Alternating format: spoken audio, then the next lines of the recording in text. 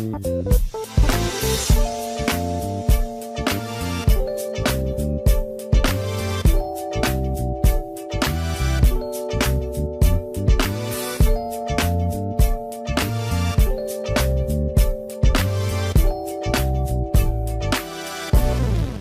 I'm Max. Hi, and I'm Denise. And welcome back to another edition of Urban Lifestyles. It's that time of the year. Spring is here, and we're going to be talking about bikes. And of course, it's my time of year because it's warm, warm, warm. Yes, and breezy, and it's wonderful. Yeah, so we can't go wrong. Some of the things we're going to be talking about today is a piece that you did with Simmons College about the black jockeys. Yes, they're a big fundraiser. Right.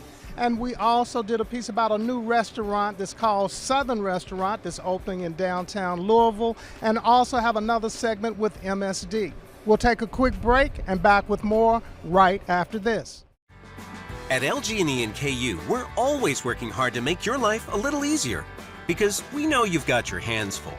Our new mobile app gives you the power to check your account balance, review your payment history, and effortlessly pay your bill from anywhere while making it easier than ever to report and track power outages.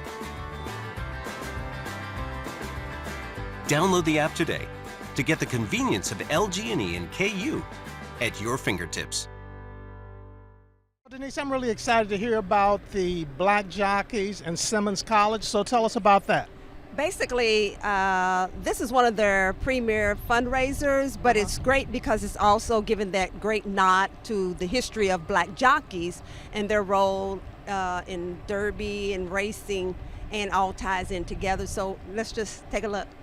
So we're here for a fabulous Sunday afternoon. This is an event or a party with a purpose because this is called, let me get it straight, Race to Greatness. It's for the Simmons College and University. And I'm here with Ms. Vaughn Purdy. And Vaughn, welcome again and congratulations on the event. Thank you. This is our 4th year. And we were able, since we last talked, to move it to Churchill Downs, to the fabulous Churchill Downs. And we expect about 400 people now. When you first interviewed me, it was about 200 people.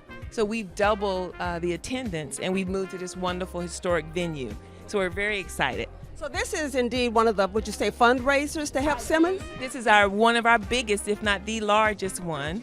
Again, in the 4th year, we've been able to grow it from a small amount to over almost $200,000 a year. So tell us about, there's a difference, I know, this year from previous years of some of the features here. Share about that. Well, we've been able to attract larger audiences. Therefore, we've been doing more jazz, more entertainment. We've got the fabulous Jason Claiborne singing today. He'll be singing shortly. We have our Simmons Jazz Band performing as well. So we get to showcase our students. Our student ushers are walking around the room as well. So we have so many people. And we want you to understand that the purpose of this event is for scholarships, student scholarships. So we showcase our students, our band played as people walked in this morning and this afternoon. So we want people to know that Simmons is a full and vibrant college and university right here in Louisville. We're the historic black college and university in Louisville. And we are the perfect people to celebrate the history of the black jockeys, because I want everybody to know the first 13 jockeys were African American. A lot of people didn't know this history, so it was intriguing to me to bring this full light. And I know in some of the years past, I would call it like flagship, some of the theme around it, you all had a plays put on about the black jockeys. So this year, you're going more with an artist, is it? We're going with artists. We're going with black jockey history. As you can see, the full history, thanks to the Path gentleman. We have an artist here from Houston who's come in to paint a photo of Cheryl White, the first African-American jockey, and of course the first jockey who won the whole thing was Oliver Lewis. So for those who didn't get to make it and they're looking for next year, what can they expect? I know you have entertainment and you are having a lunch or? Yeah, it's a brunch. We do a brunch. We are going to have a brunch with just derby food, derby fun. It's all about derby. So derby attire, derby fun and music and jazz. And we do a lot of jazz from the time period of the 1920s, back when the jockeys were in their heyday. So it's a whole theme that we put around this event, and it's wonderful for the college, and we try to get more and more students. This is a big attraction for our donors, our major corporate donors. We have some major corporate donors. If I name them, I'll probably forget one, but we have some top donors that are always coming in this year after year. Churchill Downs is our major sponsor, I can say that.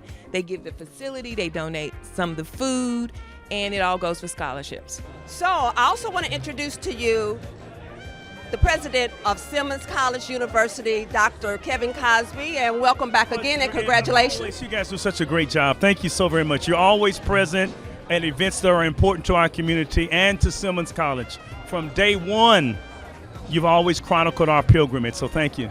We try to. So let's talk about the significance of this event, because I am just thoroughly excited this year to see that it's grown to this capacity. Yes, well, it's just a celebration of Simmons and helping to reintroduce this community to all that's happening in Simmons and getting the students in and making a difference in our community. HBCUs make a difference, and Simmons is emerging as one of the premier HBCUs in America. Now, I don't know who came up with the fabulous idea for it to be a celebration of the black jockeys of Kentucky Derby history, but who came up with it, or share with me some of your thoughts about that? Well, I have to attribute that to the genius of Miss Von Purdy, who is our community coordinator. She builds bridges to others in the community, and so this has been her signature event, and she spearheaded this, and she's done a phenomenal job, and it has really grown. Well, Denise, you know, this is truly a great event, and one thing I've noticed is that it's definitely growing. Yeah, it's growing, and this is the first year that they had it at Millionaires Row in Churchill Downs. And you know what? When you hear about this event for next year, you must buy a ticket.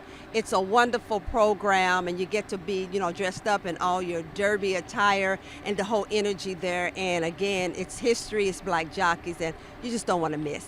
We'll take another break and back with more.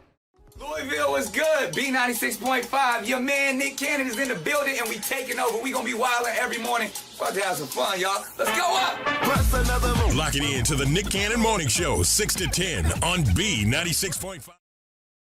Cycling is more than just getting from one place to another. It's healthy, social, good for the environment, and anyone can do it. We at Middletown love cycling and really love helping others discover a new passion. Stop in today and let our friendly, knowledgeable staff help you get started. We cater to beginners as well as experienced cyclists. We're a local business that cares about our community because we are a part of the community. Come in today and get on a bicycle that fits your needs and improve your lifestyle. You know, MSD is always doing great things in the community, and this month is no different. We got an opportunity to catch up with MSD out at the Beargrass Creek Pumping Station, so take a look at this. I'm excited once again to bring you this segment. We're featuring MSD, which is, we know, Metropolitan Sewer District. I have the Executive Director, Mr. Tony Parrott, and once again, welcome, Tony. Thank you for having us again. So for me, for years, I just thought that MSD served one piece of function for our community, but there are a lot of different functions that it serves. And so just share about that with us so we can understand it better. Yeah, you know, I think the community sees MSD as the sewer agency or the sewer district, and quite honestly, we do so much more. We're actually 3 services in one utility. So we're actually 3 different utilities under one agency. So we have wastewater treatment, which is, you know, we treat everybody's wastewater that comes from their homes, and but we also have responsibility for stormwater and drainage within Jefferson County as well. And then we also have responsibility for a flood protection system, which is really a very complex system that a lot of folks really don't know about. And so let's just start with wastewater. Yeah, I was about to ask you, does one have more importance than the other? So, well, they're all important. That's the issue. They're all very important, and we're trying to raise awareness so folks understand that what we do is so valuable not only to the health and safety of their communities, but also for the betterment of the environment as well. But as far as wastewater, we do treat all of the wastewater in Jefferson County, and we have 5 wastewater treatment plants that are located throughout Jefferson County. Our largest wastewater treatment plant is Morris Foreman, which is located in the west end of Louisville. It's the largest and the oldest wastewater treatment facility in the state of Kentucky, and services pretty much all the area inside the 264 loop. And then we have 4 other regional wastewater treatment plants in Jefferson County. And then recently, we've been regionalizing our wastewater operations, so we now own and operate facilities in Oldham County and also in Bullock County as well. So we're very broad in terms of what we do with wastewater treatment, but we do it and we protect not only the environment, but we protect public health as well. I had no idea that the reach was that far into the other counties. Wow. Yes. So what about when it comes to drainage then? Yeah, inside Jefferson County, we're also responsible for stormwater management, or making sure that when we have these enormous rain events, that all the drainage that runs off the streets and comes into, particularly inside the 264 loop, a combined sewer system. And so we have to manage stormwater flow as well and maintain all of the drainage ditches and respond whenever there is street flooding in the neighborhoods or in the community, so that we can make sure that there's no issues with transportation corridors and all the viaducts that we have in our city as well. We have to monitor to make sure those aren't flooded as well. It makes me think then springtime, a lot of rain, headache maybe when it comes to that. But when also that brings to mind to me, Tony, is what about flood protection then? Yeah, our flood protection system is just so valuable to not only the health and safety of all the residents in Louisville, but all the businesses that we have in downtown Louisville. I mean, we are responsible for maintaining 29 miles of flood wall along the Ohio River, and we have a massive amount of floodgates, and we also have 16 major flood pump stations that we're responsible for. So when the Ohio River rises, we have to make sure that we are keeping the Ohio River from flooding downtown Louisville and a large part of the west end of Louisville. And so this flood protection system is so complex and requires so much monitoring and operation that we have to be very reactive. Whenever we see the river, we have to get out and make sure that we're protecting, closing floodgates, and operating large flood pump stations, just like the one behind us here, the Barrier Dam, which is along Beargrass Creek.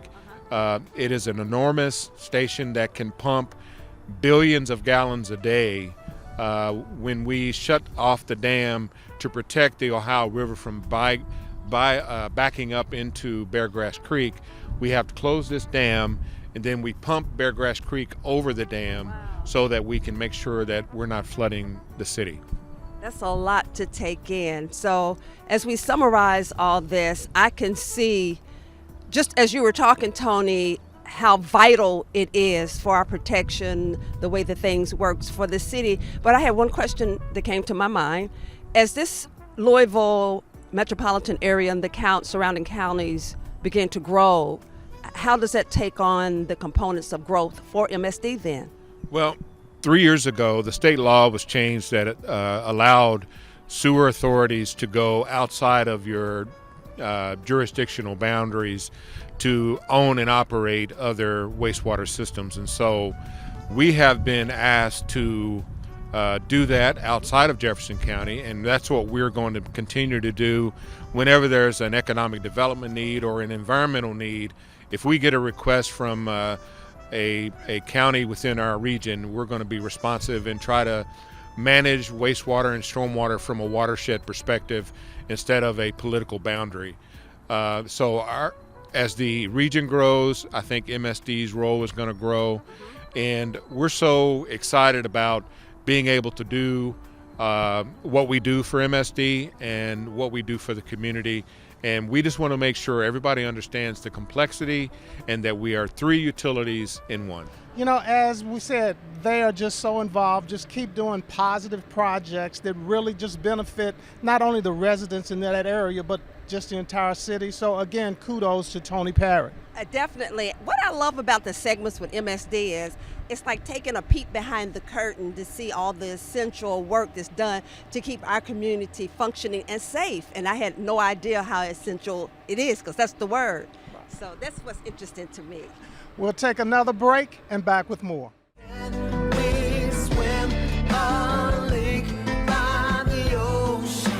Magic 101. 101.3. Need that green light. With your permission.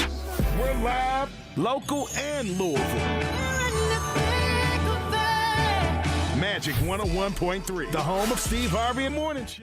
Well, we got an opportunity to check out a new restaurant that is in downtown Louisville at the corner of 3rd and Market. It's called the Southern Restaurant, African-American owned, great flavor. Take a look at this. Well, we are downtown Louisville at the corner of 3rd and Market Street at a new restaurant that's opened up, and I'm going to look at my cheat sheet, and it is called Southern Restaurant and Lounge. It is a new establishment, and I'm here with one of the owners, who's Alan. First of all, welcome to Urban Lifestylez. Thank you, sir. Appreciate you all being here today. All right, you don't have to be that formal, but thanks for having us. So tell us about the vision for the restaurant, how it got started, and just everything we need to know. Yes, sir. Well, it got started because I come from a household that was built on Southern-style food, cooking Southern-style food. My grandfather was a master chef for a restaurant here in the city called Coons's. My family has grown up in the kitchen, around stoves my whole life, from my mother to my grandparents, as I stated. So cooking and food industry has been a part of our family business for a while.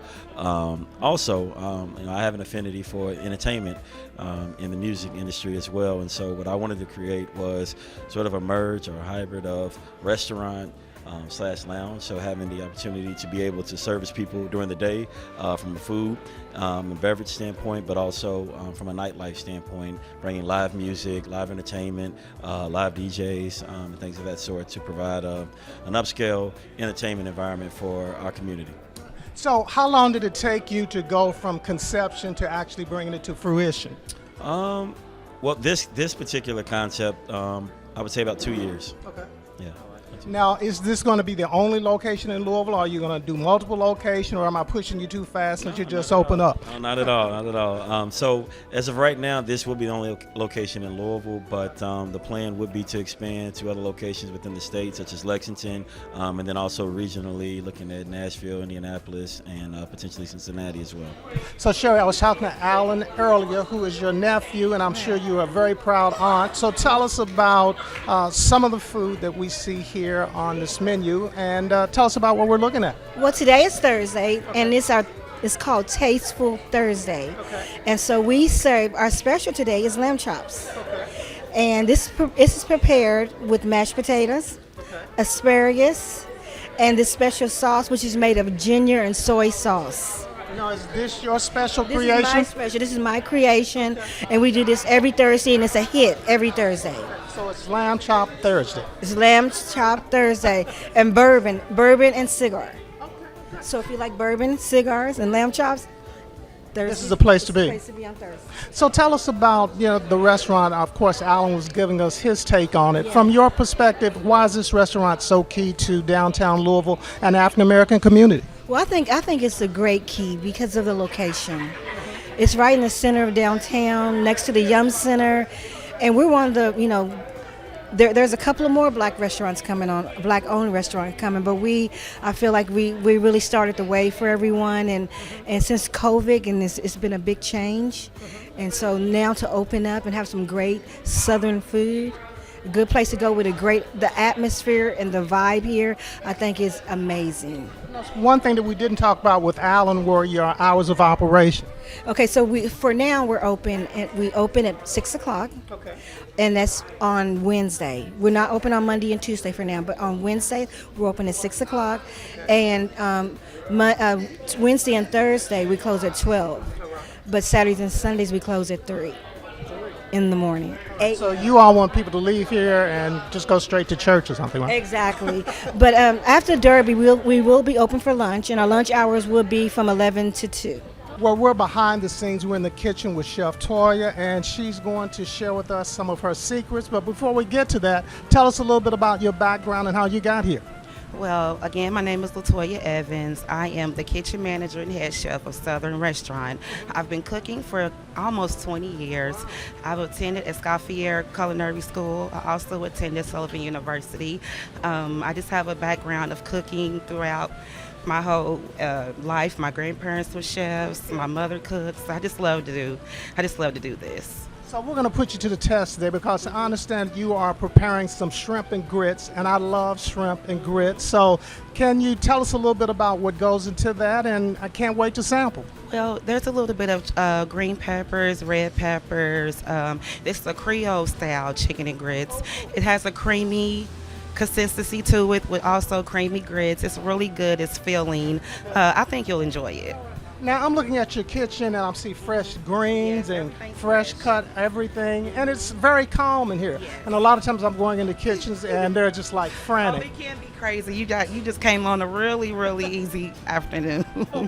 So all right, we're going to try some of the shrimp and grits now. Okay, I'm going to go ahead and prepare them for you. I also wanted to show, I don't know if you wanted to do this, but these are some of our sweet potatoes, fresh greens, mac and cheese. Everything's made fresh from scratch. All of the comfort foods that we grew up with, and I'm taking those greens and sweet potatoes.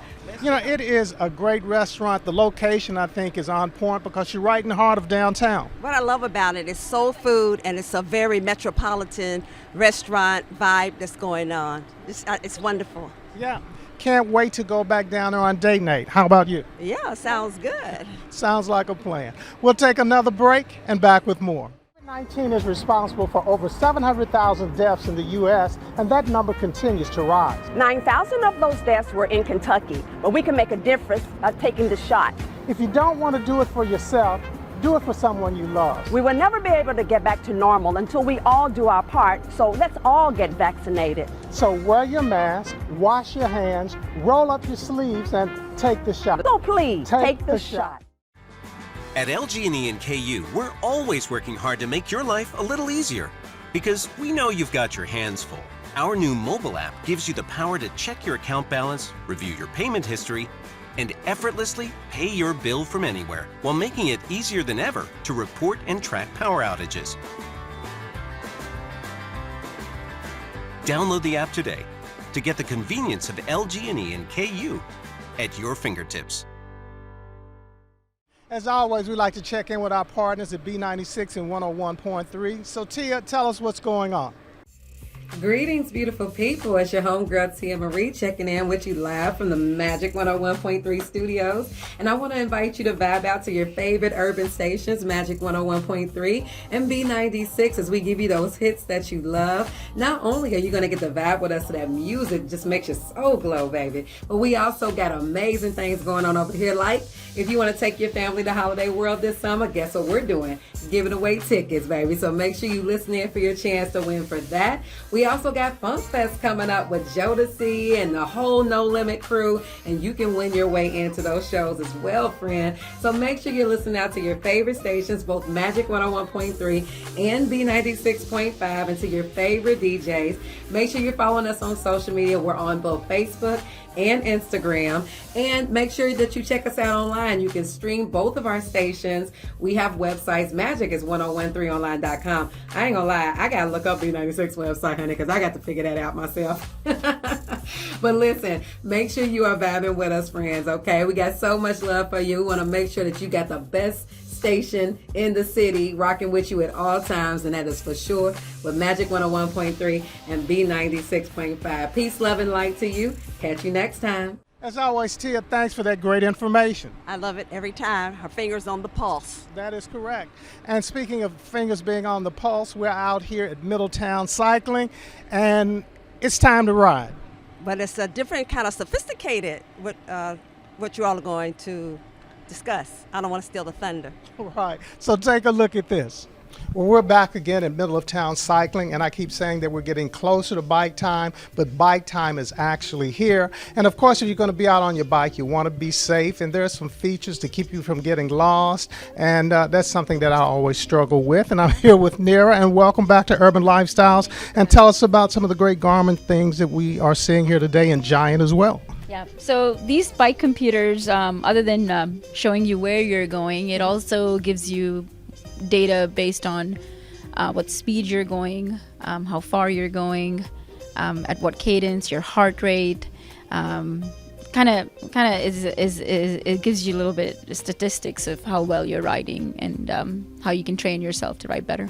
Right, so for anybody, regardless of if you're just the leisure riding, maybe casually on the weekend, or if you're riding 3 or 4 or 5 days a week, is there a type of a computer that's out there for everybody? Yes, there is. So let's start with something like this. So this one is a very simple, like $40-$50 computer, nothing fancy. Okay. It doesn't tell you how to navigate somewhere, but it tells you how far you're going, at what speed you're going, how many calories you've burned. Has a little simple clock on it, has a little backlight so you can see what data you're looking at, and basically just tells you what calories you burn and things like that. So very, very simple, but very useful. And so as we move up the food chain, what comes next? So then you have something like this that starts at about $300 or so.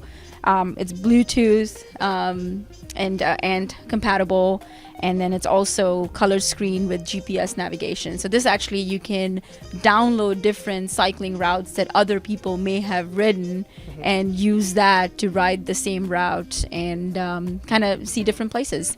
But then you also add some sensors to that. Okay. For example, this is a speed and cadence sensor, and that one gives you accurate information as to what your speed is and how you are spinning. So this is very important. The cadence part allows you to train properly, get up hills, keep your heart rate in a certain zone, and kind of good for training purposes when you're going on big rides. So when you're using one of these computers, are they very user-friendly in terms of being simple to operate? Absolutely, very user-friendly. It's like using your cell phone. Imagine a big cell phone that you have, but it's meant just for doing your cycling activities. All right, so we're at level 2, so what's next? So then we have the one that's the most popular. So this one is a color screen, a bigger display, and bigger battery life. So when you're going out and doing several miles a day, you have enough battery life to keep you going, and just has better map navigations and stuff like that.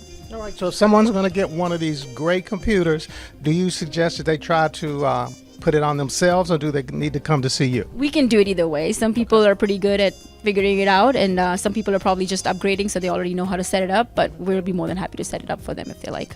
So if it was someone like me, you would suggest? Absolutely, set it up for you.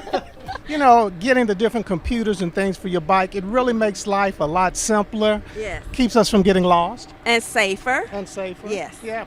And you're learning so many different functions that are really needed. Who knew that bike riding would be so involved and so sophisticated? Yeah, who would have thunk it? You know what, I think that's our show. Oh, that's our time. And we'll see you back here next time on Urban Lifestyles. Bye. Bye. Take the shot and stay safe.